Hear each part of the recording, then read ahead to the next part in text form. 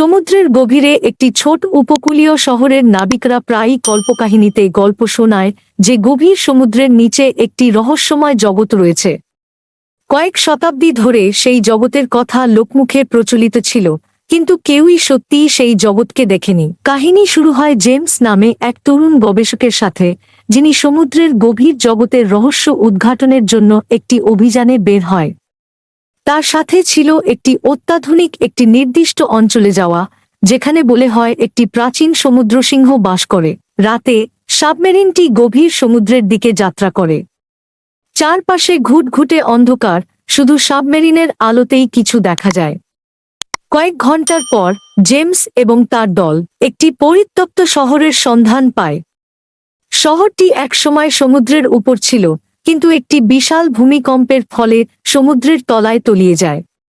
শহরটি ছিল অদ্ভুত এবং ভয়ঙ্কর, চারপাশে শুধুই ধ্বংসাবশেষ এবং পাথরের মূর্তি।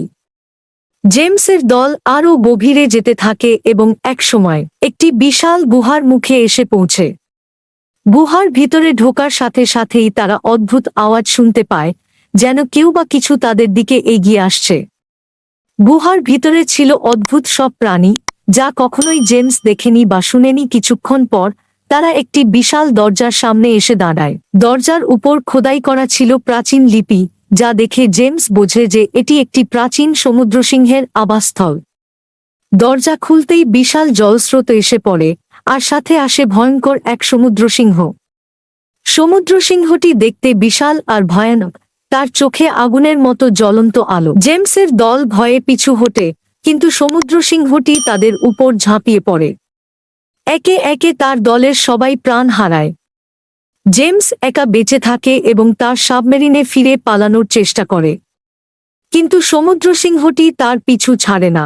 জেমস বুঝতে পারে যে এটি একটি প্রতিশোধপরায়ণ আত্মা, যাকে শতাব্দী আগে কোন এক যোদ্ধা বন্দী করে এই গুহায় আটকে রেখেছিল। জেমস তার সব সাহস একত্রিত করে সমুদ্রসিংহের সাথে লড়াই করতে থাকে, কিন্তু শেষমেশ সে পরাস্ত হয়। গভীর সমুদ্রের তলায় জেমসের সত্তা হারিয়ে যায়, আর সেই পরিত্যক্ত শহরে নতুন এক প্রেতাত্মা যুক্ত হয়।